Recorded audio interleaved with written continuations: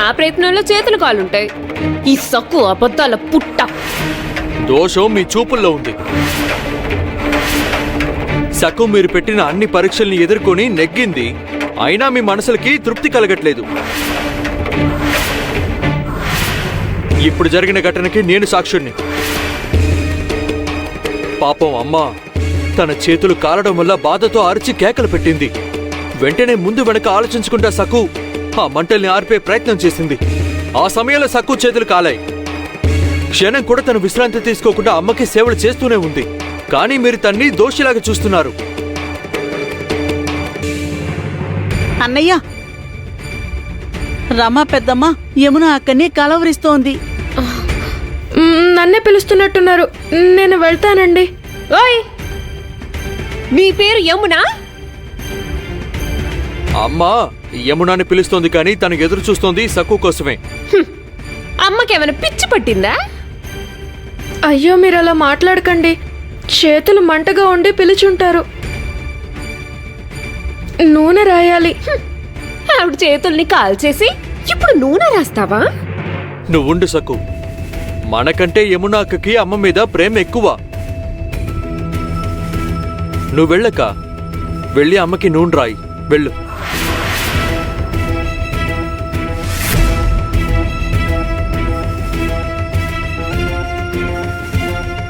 పాపం అత్తయ్య గారికి చేతులు మంట పడుతున్నాయేమో. చేతికున్న వస్త్రం తీసి మరీ నూనె రాయాలి. వదిన గారికి ఇదంతా తెలుసు కదా. మంటగా ఉంది, మండుతోంది. వచ్చేసానమ్మా, మండుతున్నాయి, నా వల్ల కావడం లేదు. ఇదిగోమ్మా, వచ్చేసా. మండిపోతుంది, నా వల్ల కావడం లేదు. ఆగమ్మా, ఆగు, కాస్త ఆగు. నూనె కదా రాస్తాను. ముందు నీ చేతుకున్న వస్త్రాన్ని తీస్తాను. అయ్యో, అలా కావడం లేదు.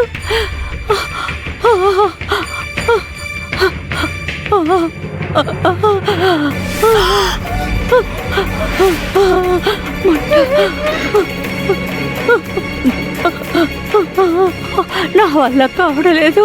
యమునా,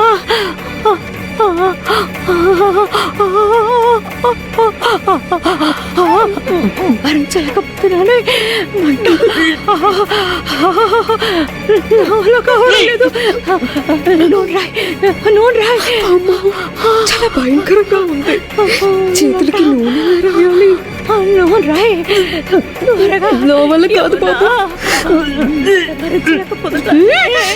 యమునా, నూనె రాయ్. త్వరగా రాయవే. వచ్చింది వచ్చింది, యమున వచ్చింది. మా రమాపిండికి ముద్దుల కూతురు. మా రమాపిండి నోరు తెరిస్తే చాలు యమున యమున యమున అంటుంది. అక్క నూనె రాసావా? పిన్ని, నువ్వు వెళ్ళి అమ్మ చేతికి నూనె రాయవా? తనకి చాలా మంటగా ఉన్నట్టుంది. శంభుబాబు ఏడుస్తున్నాడు కదా, నేను ఇప్పుడే వస్తాను. శంభుబాబు నేనా? నేనెలా? నేను నూనె రాయాలా? ఇదేంటి ఏడకుండానే ఏడ్చాడంటోంది. బాబాయ్, బిడ్డ ఏడుపు కన్న తల్లికి మాత్రమే వినిపిస్తుంది. మనందరికీ ఎందుకు వినిపిస్తుంది? సరే వెళ్ళు వత్సలా, వెళ్ళు వెళ్ళు. నేనా? అవును నువ్వే. నేను ఏమండి, అత్తయ్య గారు బాధతో విలువలాడుతూ ఉంటారు. నేను వెళ్ళనా? అరే కాస్త ఆగు సక్కు. మా సత్యబామ్మక్క సాయం చేయడానికే కదా వచ్చింది. అక్క, పిన్నితో పాటు నువ్వు వెళ్ళు. మంచం పక్కనే నూనెంది. త్వరగా వెళ్ళి అమ్మ చేతులకి రాసిరా. వెళ్ళు పిన్ని. పద పద.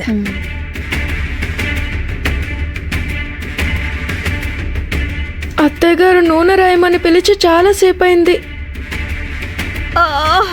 యమునా, నూనె రాయ్. మంటగా ఉంది.